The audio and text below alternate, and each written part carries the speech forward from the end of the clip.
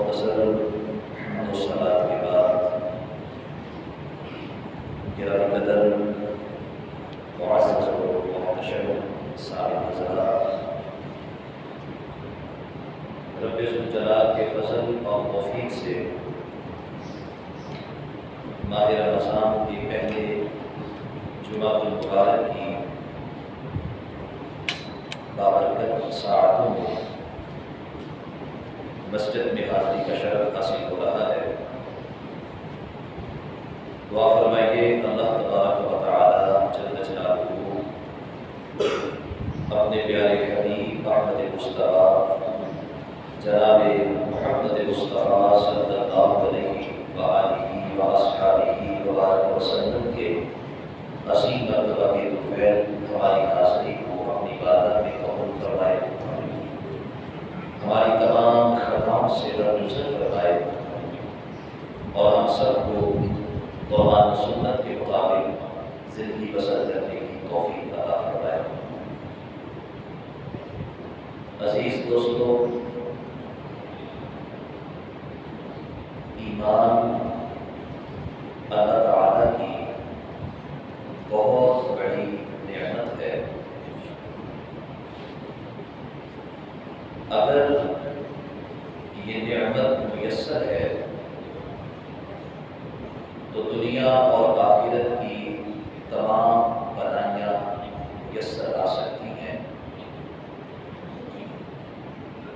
اگر یہ دولت موجود ہے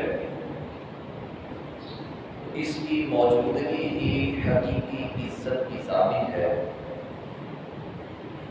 اور اگر ایمان نصیب نہ ہو تو کوئی بھی نیک عمل اللہ کے ہاں مقبول نہیں ہو سکتا۔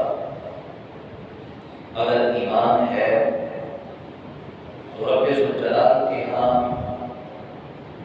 اعمال صالحہ کی قبولیت کبھی تو 1 کے برابر 10 گنا ہے، کبھی 70 گنا، کبھی 700 گنا، اور کبھی رب ذوالجلال اس سے بھی بڑھ کے اپنے مومن بندے کو عطا فرماتا ہے۔ قرآن و سنت میں ایمان والوں کے مختلف اوصاف کا تذکرہ کیا گیا ہے۔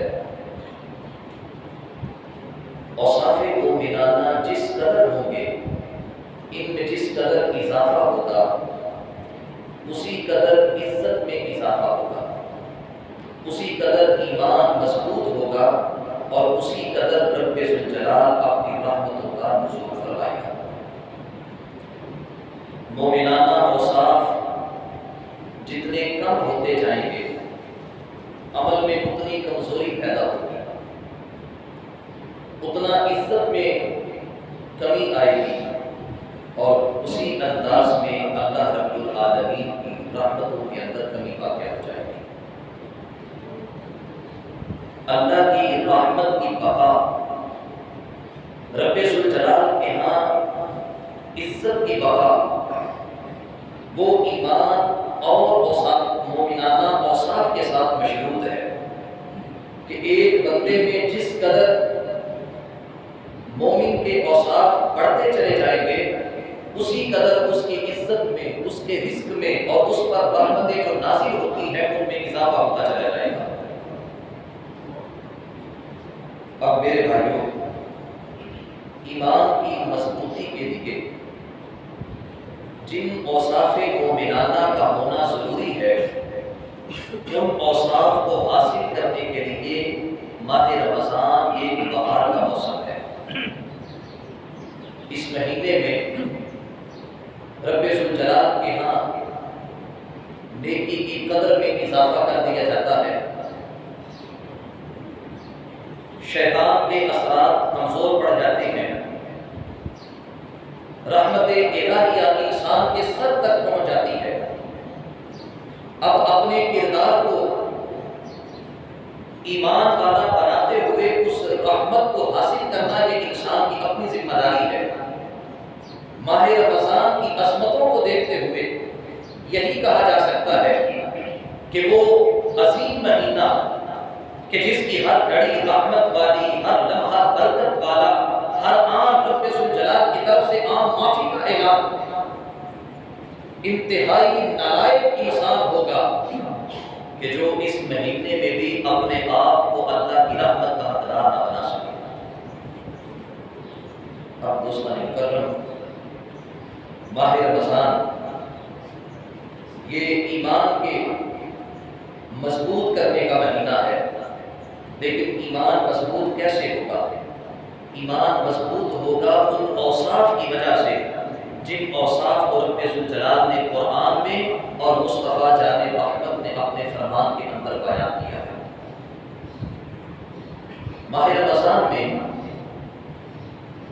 اسلام کی ایسی کئی عظیم شخصیات کا وصال ہوا کہ جن کو رب ذوالجلال نے اوصاف مومنانہ اس قدر زیادہ عطا فرما رکھے تھے کہ آج صدیوں بعد بھی ان کی سیرت، ان کا کردار بعد والوں کے لیے رہبر اور رہنما کی حیثیت رکھتا ہے۔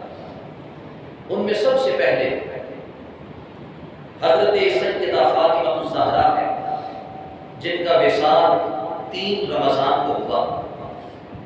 دوسرے نمبر پہ ملکۃ العرب زوجہ سید المرسلین ام القاسم حضرت سیدہ خدیجہ الکبریٰ ہے، جن کا وصال 10 رمضان کو ہوا۔ تیسرے نمبر پہ حبیبۃ الرسول، سچے باپ کی سچی بیٹی، عظیم نبی کی عظیم بیوی حضرت سیدہ عائشہ الصدیقہ رضی اللہ تعالی عنہا ہے کہ جن کا وصال 17 رمضان کو ہوا۔ اور چوتھے نمبر پہ تاجدار حلقہ مراد الکفا حضرت سیدنا علی المرتضیٰ شیر خدا مشکل کشا کرم اللہ تعالی وجہہ الکریم ہے کہ 21 رمضان آپ کا یوم شہادت ہے۔ ان ہستیوں کو قرب مصطفیٰ کی وجہ سے جو رب ذوالجلال نے اوصاف مومنانہ عطا کیے، آج انہی کو ہم بیان کریں گے۔ اور اس سے قبل سورۃ الانفال کی آیت نمبر 2 اور 3، ان دونوں آیات میں رب ذوالجلال نے جن اوصاف مومنانہ کا ذکر کیا، پہلے ہم ان کو جانیں گے اور پھر ان کی وضاحت ہم ان عظیم ہستیوں کی زندگی کی مثالیں پیش کر کے سمجھنے کی کوشش کریں گے۔ ایمان کیا ہے؟ ایمان کسے کہتے ہیں؟ اور کیسے پتہ چلے کہ اس انسان کے پاس ایمان ہے؟ کیونکہ کسی کے چہرے پہ اس کا مومن ہونا لکھا نہیں ہوتا۔ ایمان کیسے پتہ چلتا ہے؟ سب سے پہلے ایمان کیا ہے؟ یاد رکھیں، دین کی تمام ضروری باتوں کا اقرار کرنا، دل سے تسلیم کرنا ایمان کہلاتا ہے۔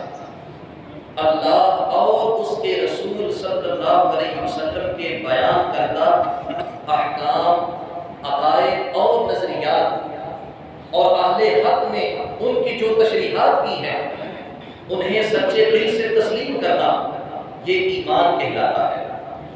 جو عقائد اسلام کو تسلیم کرتا ہے وہ مومن ہے۔ اللہ کی توحید، انبیاء کی رسالت، آسمانی کتابوں کی حقانیت، فرشتوں کی معصومیت اور مرنے کے بعد اٹھنے پر یقین، یہ ایمان کہلاتا ہے۔ اور دوستو، ہمارے دل میں ایمان ہے، اس کا پتہ کیسے چلے گا؟ کیسے خبر ہوگی؟ کیونکہ دل تو چھپا ہوا ہے، دل تو پردوں میں ہے۔ دل ہمارے بدن کے اندر ہے، اس کے اوپر گوشت ہے، پھر اس کے اوپر لباس ہے۔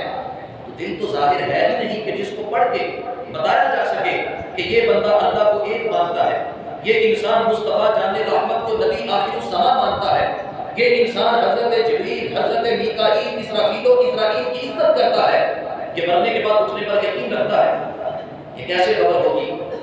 اس کے لیے جیسے ٹھنڈی ہوا چلے تو پتہ چلتا ہے بارش ہوئی ہے، ایسے ہی ایمان کی موجودگی، اس کی خبر کے لیے مومنانہ اوصاف کو دیکھا جاتا ہے۔ انسان کا کردار اگر اوصاف مومنانہ سے بھرا ہوا ہے، انسان کے کردار میں اگر قرآن و سنت کے بیان کردہ اوصاف پائے جاتے ہیں تو یہ اس بات کی دلیل ہے کہ اس بندے کے دل میں رب ذوالجلال نے اپنے ایمان کے نور کو روشن فرما رکھا ہے۔ اب وہ اوصاف کون سے ہیں کہ جن اوصاف کو دیکھ کر پرکھ کر ہم اپنے اپنے ایمان کا جائزہ لے سکتے ہیں، اور جس قدر وہ اوصاف زیادہ ہوں گے اسی قدر ایمان مضبوط ہوگا، اور جس قدر ایمان مضبوط ہوگا اسی قدر رب ذوالجلال انسان پہ راضی ہوگا، اسی قدر انسان کی عزت ہوگی، اسی قدر انسان کے اوپر رب ذوالجلال اپنی رحمتوں کا نزول فرمائے گا۔ سورۃ الانفال نامہ پارہ ہے۔ سورت کی دوسری اور تیسری دونوں آیات میں میرے رب نے ایمان والوں کے 5 اوصاف بیان کیے ہیں۔ کتنے اوصاف؟ 5۔ دونوں آیات میں متصل اکٹھے کہ اپنے آپ کو تم نے دیکھنا ہے، پرکھنا ہے تو بہترین ترازو تمہارے سامنے ہے۔ ان 2 آیات کو پڑھو، دیکھو کہ تمہارے اندر یہ اوصاف ہیں کہ نہیں۔ خدا نے اپنے کلام کا آغاز تحقیق کے ساتھ کرتا ہے۔ اللہ فرماتا ہے انما المؤمنون، اے پڑھنے والوں، سننے والوں، جان لو، بالیقین ایمان والے وہ ہیں۔ کون ہیں؟ فرمایا الذین اذا ذکر اللہ وجلت قلوبہم، کہ جب ان کے سامنے اللہ کا ذکر ہوتا ہے تو ان کے دل لرز اٹھتے ہیں، ان کے دل دہل جاتے ہیں، وہ ڈر جاتے ہیں۔ وَإِذَا تُلِيَتْ عَلَيْهِمْ آيَاتُهُ، اور جس وقت ان کے سامنے رب ذوالجلال کی آیات کو پڑھا جاتا ہے، یا جس وقت وہ رب ذوالجلال کی آیات کو خود تلاوت کرتے ہیں، زَادَتْهُمْ إِيمَانًا، ان کا ایمان مضبوط ہو جاتا ہے۔ وَهُمْ عَلَىٰ رَبِّهِمْ يَتَوَكَّلُونَ، اور وہ اپنے رب کی ذات پر کامل بھروسہ کرتے ہیں۔ دوسری آیت میں فرمایا الذین یقیمون الصلاۃ، وہ جو نماز قائم کرتے ہیں، ومما رزقناہم ینفقون، اور جو رزق ہم نے انہیں دیا اس میں وہ اللہ کی راہ میں خرچ کرتے ہیں۔ اب یہ 5 اوصاف ہیں، میرے رب نے ترتیب کے ساتھ ان کو سورۃ الانفال کی آیت نمبر 2 آیت نمبر 3 میں بیان کیا۔ فرمایا مومن وہ ہے کہ جس کے دل میں خوف خدا ہو، مومن وہ ہے کہ قرآن کی تلاوت کرتے اور سنتے اس کا ایمان مضبوط ہوتا ہے، مومن وہ ہے کہ جو ہمیشہ اللہ کی ذات پر اعتماد رکھتا ہے، مومن وہ ہے جو نماز قائم کرتا ہے اور جو رب کا دیا ہوا مال اللہ کی راہ میں خرچ کرتا ہے۔ اب ان 5 اوصاف کو بیان کرنے کے بعد رب ذوالجلال نے اگلی آیت میں ان خوش نصیبوں کو ملنے والی جزا کا بھی ذکر کیا ہے جن کے پاس یہ اوصاف موجود ہیں۔ آج میرے لیے، آپ کے لیے، ہم سب کے لیے یہ جائزہ لینے کا وقت ہے۔ ہمارے رب نے ایک مومن کے جو اوصاف بیان کیے وہ میرے اندر موجود ہیں کہ نہیں؟ میں اللہ کے بیان کردہ اس کرائیٹیریا کے اوپر، اس طریقہ کار کے اوپر، اس معیار کے اوپر پورا اترتا ہوں کہ نہیں کہ جو معیار میرے رب نے ایک مومن کا بیان کیا ہے؟ اگر تو پورا اترتا ہوں پھر میرے بھائیوں اگلی آیت میں رب ذوالجلال اپنے ان بندوں کو مزدہ جاں فضا بھی سنا رہا ہے۔ فرمایا سن لو، میرے جن بندوں کے پاس یہ اوصاف ہیں تو کون ہے وہ؟ فرمایا اولئک هم المؤمنون حقا، اب انہیں اپنے مومن ہونے کے لیے زمانے کے کسی انسان کے تصدیق کرنے کی ضرورت نہیں ہے، میں رب ہو کر اعلان کر رہا ہوں کہ میرے یہ بندے سچے مومن بن چکے ہیں۔ اولئک هم المؤمنون حقا، یہ سچے مومن ہے۔ دوسرے نمبر پہ فرمایا لہم درجات عند ربہم، ان کے رب کے ہاں ان کے درجات میں بلندی ہے۔ ومغفرۃ، یہ مغفرت یافتہ ہے، ورزق کریم، اور ان کو رب کے ہاں عزت والا رزق دیا جائے گا۔ 5 اوصاف 4 انعامات 3 آیات کے اندر میرے رب نے بیان کیے۔ آئیے ماہ رمضان کے پہلے جمعہ المبارک میں ہم اپنے آپ کو اسی بات پہ روک کر پرکھنے کی کوشش کریں، اگر تو یہ سب کچھ موجود ہے تو پھر اللہ کا جتنا شکر ادا ہو سکتا ہے کرتے رہیں، اور اگر کمی ہے تو میرے بھائیوں چند کی سانسیں ابھی ہمارے پاس رب ذوالجلال کی رحمت کی صورت میں موجود ہے، وہ گھڑی دور نہیں، جب سانس بند ہو جائے گی پھر اس وقت عمل کا موقع نہیں ہے، اس وقت پچھتانے سے کچھ حاصل بھی نہیں ہوگا۔ اس واسطے اگر کمی ہے ابھی سے اس کمی کو دور کرنے کی نیت کریں، ارادہ کر لیں کہ اے میرے رب جن اوصاف مومنانہ کا تو نے ذکر کیا ہے انشاءاللہ میں اپنی ذات کے اندر ان تمام اوصاف کو پورا کرنے کی کوشش کرتا ہوں۔ اب میرے بھائیوں یہ اوصاف جن کا میرا رب ذکر کر رہا ہے ان میں سب سے پہلے خوف خدا ہے۔ یاد رکھیں ایمان امید اور خوف دونوں کے درمیان رہنے کا نام ہے۔ ایک طرف اللہ کی رحمت کی امید ہے اور دوسری طرف رب ذوالجلال کے عذاب کا ڈر بھی ہے۔ ایسا ہرگز نہیں کہ انسان اتنا با امید ہو کہ وہ اپنے آپ کو رب ذوالجلال کے ہاں گرفتار ہونے سے مبرہ سمجھے کہ میں تو اللہ کی پکڑ میں آ ہی نہیں سکتا، ایسا ہرگز نہیں۔ اور نہ اس قدر ڈر اپنے دل میں بٹھا دے کہ سمجھے کہ میرا رب تو درگزر نہیں کرتا، میرا خدا تو معاف کرتا ہی نہیں۔ قرآن مجید قرآن رشید میں رب ذوالجلال نے جو ہمیں اپنی ذات کا تصور دیا وہ وہی تصور ہے جو آج علماء حق بیان کرتے ہیں۔ علماء حق کیا بیان کرتے ہیں؟ ہم لوگ یہ کہتے ہیں کہ مولویوں نے تو لوگوں کو ڈرانا شروع کر رکھا ہے، جب سنو آخرت کی بات کرتے ہیں، جب سنو اللہ کی پکڑ کی بات کرتے ہیں، جب سنو عذاب جہنم کی بات کرتے ہیں۔ علماء حق ایسا نہیں، وہ ایک طرف اللہ کی جنت کی نعمتوں کا ذکر کرتے ہیں اور دوسری طرف رب کی جہنم کا جو عذاب ہے اس کا بھی ذکر کرتے ہیں۔ ایک طرف رب ذوالجلال کے غفور رحیم ہونے کا ذکر کرتے ہیں تو دوسری طرف رب ذوالجلال کے قہار و جبار ہونے کا بھی ذکر کرتے ہیں، اور یہ انداز تو اللہ کا اپنا ہے۔ قرآن میں سورۃ الحجر کے اندر رب ذوالجلال نے 2 متصل آیات میں آیت نمبر 49 آیت نمبر 50 میں اللہ نے اپنا تعارف انہی 2 اوصاف کے ساتھ کروایا۔ اللہ فرماتا ہے نبی عبادی، اے میرے نبی میرے بندوں کو خبر دے دے۔ اب کس کے بندوں کو خبر ہونے لگی ہے؟ اللہ کے بندوں کو۔ کس کی خبر ہونے لگی ہے؟ اللہ کی۔ اللہ کے بندوں کو اللہ کا نبی اللہ کی خبر دے رہا ہے۔ کیا خبر دینی ہے؟ فرمایا انا الغفور الرحیم، میرے بندوں کو بتاؤ کہ میں بخشنے والا مہربان ہوں، وَأَنَّ عَذَابِي هُوَ الْعَذَابُ الْأَلِيمُ، اور بے شک میرا عذاب بڑا دردناک عذاب ہے۔ اب یہ انداز مولویوں کا ہے یا مولویوں کے مولا رب ذوالجلال کا ہے؟ یہ انداز تو رب کا ہے کہ رب ذوالجلال اپنے غفور الرحیم ہونے کے ساتھ اپنے عذاب علیم کا ذکر کر رہا ہے تاکہ میرا بندہ فقط میری رحمت پہ بھروسہ رکھ کر شتر بے بحال نہ ہو جائے، فری ہینڈ ہو کر مسلسل بگڑتا نہ رہے، اور نہ ہی فقط میرے عذاب سے ڈرتے ڈرتے ڈرتے ڈرتے اکتا جائے، میری رحمت سے دور ہو جائے۔ میرا بندہ ان دونوں کے درمیان رہے گا، تو دونوں کے درمیان جب رہے گا تو کبھی اللہ سے ڈرتے ہوئے اللہ کی بندگی کرے گا، کبھی اللہ کی رحمت کی امید رکھتے ہوئے اللہ کی بندگی کرے گا، اور دونوں صورتوں میں بھلا انسان کا اپنا ہوگا۔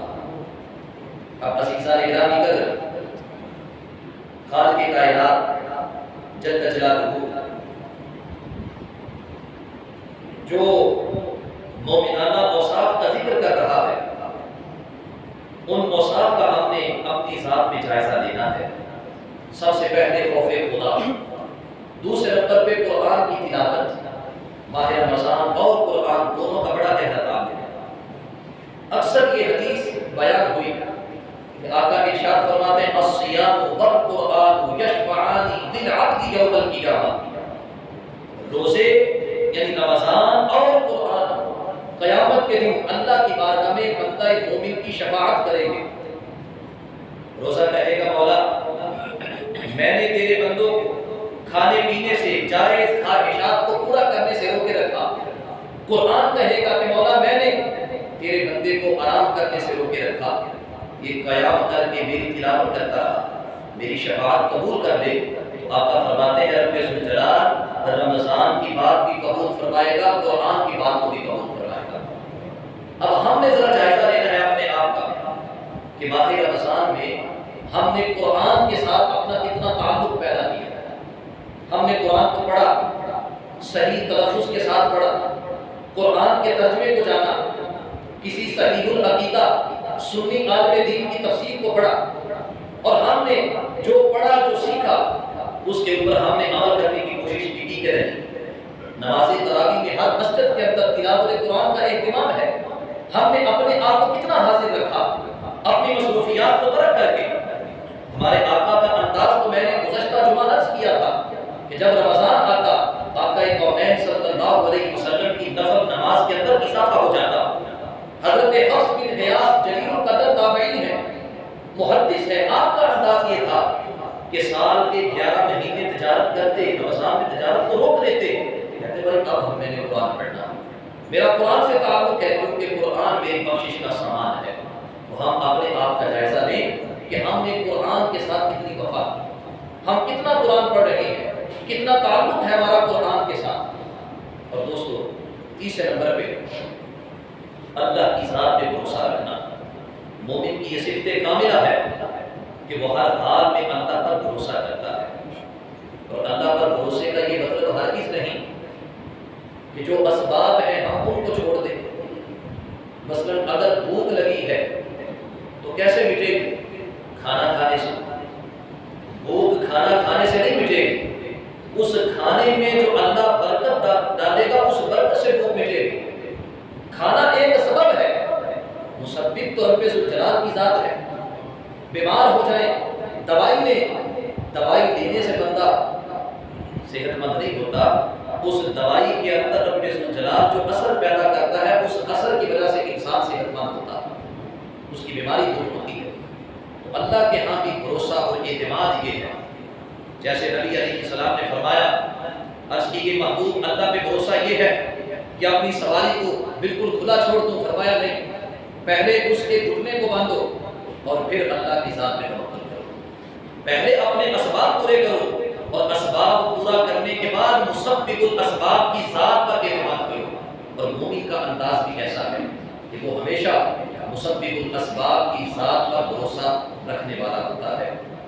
دوستان مکرم، اسی طرح نماز قائم کرنا اور اللہ کی راہ میں دیا ہوا مال اس کی رضا کے لیے خرچ کرنا، یہ 5 اوصاف ہیں جو اللہ نے بندہ مومن کے بیان فرمائے، اور ان 5 اوصاف پہ 4 انعامات۔ نمبر 1 ان کے ایمان کی تصدیق اللہ خود فرماتا ہے۔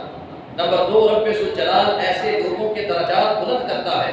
نمبر 3 رب ذوالجلال ایسے لوگوں کو اپنی طرف سے بخشش عطا فرماتا ہے۔ اور نمبر 4 رب ذوالجلال ایسے لوگوں کو اپنی جناب سے عزت والا رزق عطا فرماتا ہے۔ اور عزت والا رزق کیا ہے؟ دنیا میں کسی کا محتاج نہیں ہونے دیتا، کل قیامت کے دن جام کوثر عطا کر کے جنت کا مہمان بنا دے گا۔ اور جن ہستیوں کی نسبت سے اپنی گفتگو کے آغاز میں نے کہا کہ ان اوصاف کو ہم پرکھنے کی کوشش کریں گے، تو آئیے ذرا ان ہستیوں کے انداز کو دیکھیں۔ حضرت سیدہ فاطمہ الزہرا سلام اللہ علیہا، حضرت ابن عمیر، آپ فرماتے ہیں کہ میں چھوٹی عمر میں تھا اور اپنی پھوپھوں کے ساتھ حضرت عائشہ صدیقہ کے پاس پہنچا۔ حضرت عائشہ رضی اللہ تعالی عنہا جو دین کی بہترین مبلغہ ہیں، جو آقا کونین صلی اللہ علیہ وسلم سے ملنے والی تبلیغ دین کی ذمہ داری کو بڑے بہترین انداز میں نبھا کر دنیا سے رخصت ہوئی۔ آپ خواتین کو دین سکھا رہی ہیں، ان کے سوالات کا ان کو جواب دے رہی ہیں۔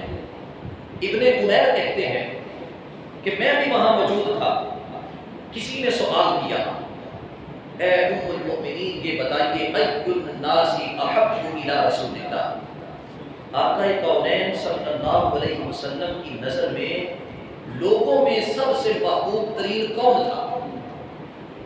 سوال کہ آقا کے ہاں سب سے محبوب کون ہے؟ اب حضرت عائشہ کا جواب تاخیر سے نہیں، سوچ سمجھ کے نہیں ہے، یہ زندگی کا مشاہدہ تھا۔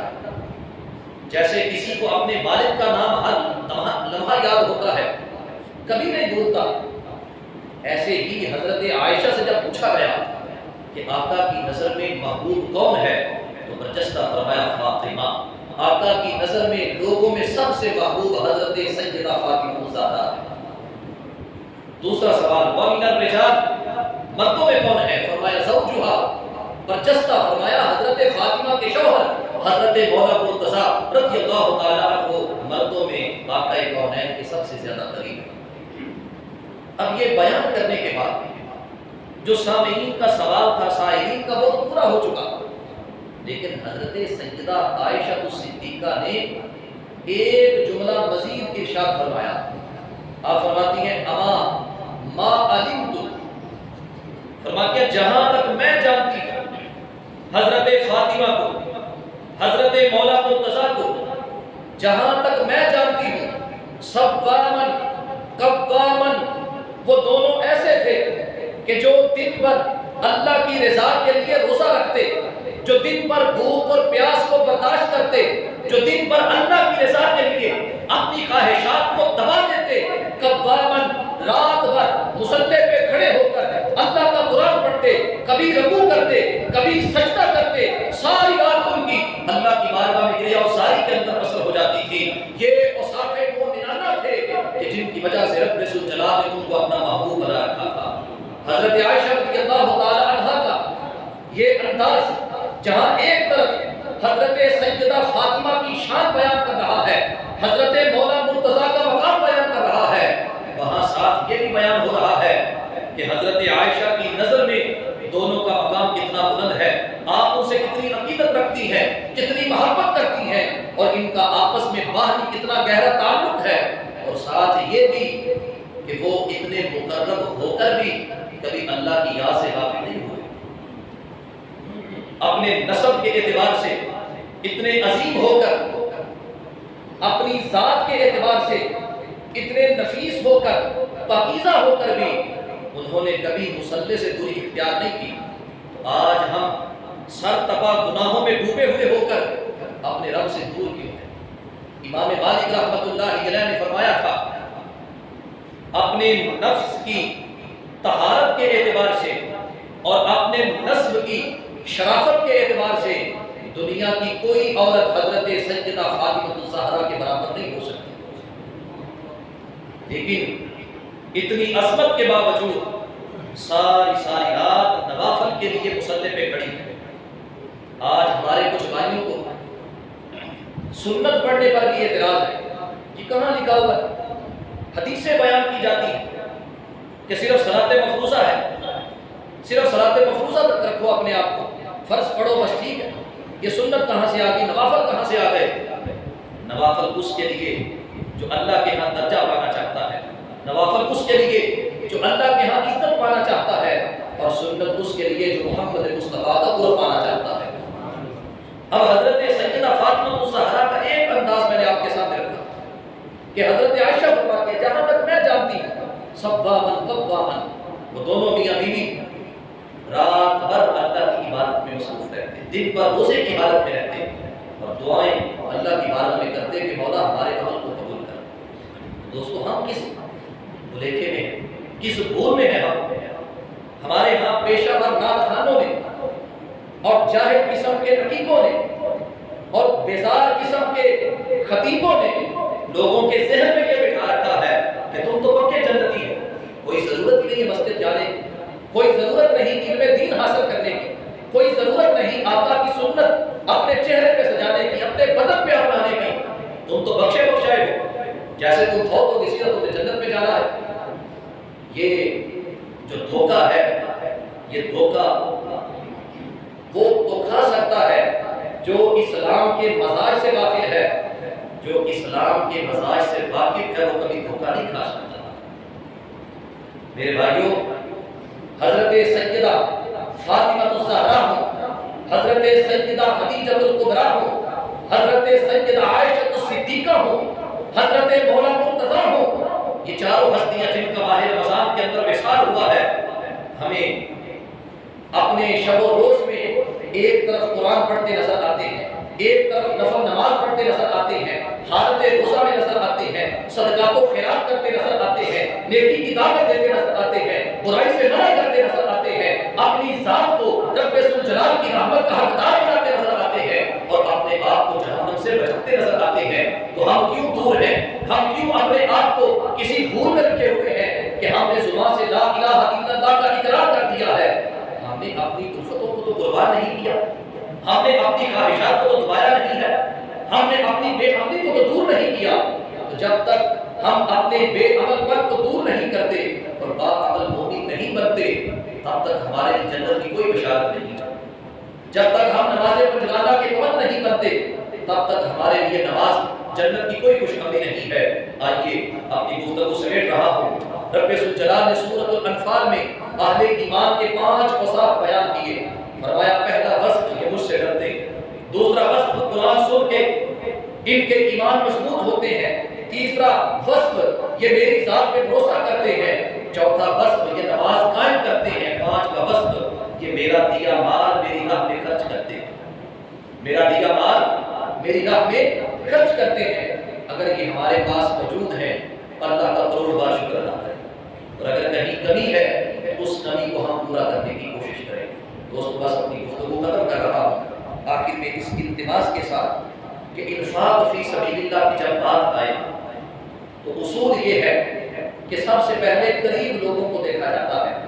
ماہ رمضان میں لوگ اپنے صدقات و خیرات اللہ کی راہ میں پیش کرتے ہیں، راہ خدا میں دینے کا جذبہ بیدار ہوتا ہے، تو آپ اپنے اس مسجد سے ملحقہ مدرسہ کو یاد رکھیں، بحمد اللہ اللہ کی توفیق سے صبح و شام یہاں علاقے کی بچیوں کو، خواتین کو قرآن و سنت کی تعلیم سے آراستہ کیا جا رہا ہے، ناظرۃ القرآن سے لے کر عالمہ فاضلہ کے کورس تک اللہ کی توفیق سے یہاں سب کچھ پڑھایا جاتا ہے، اور تعداد بھی اب 150 کے قریب ہے۔ ہمارے پاس جگہ کم پڑ چکی ہے اور ہم متلاشی ہیں کہ ہم علیحدہ سے ایک ادارہ تیار کریں، اس ادارے کے اندر صبح و شام باقاعدہ کلاسز کا اجرا ہو، دورہ حدیث پڑھایا جائے، فضان شریعت کورس کروایا جائے، تفسیر اور ترجمہ پڑھایا جائے، اور علاقے کی خواتین کو قرآن و سنت کی تعلیمات سے آراستہ کیا جائے۔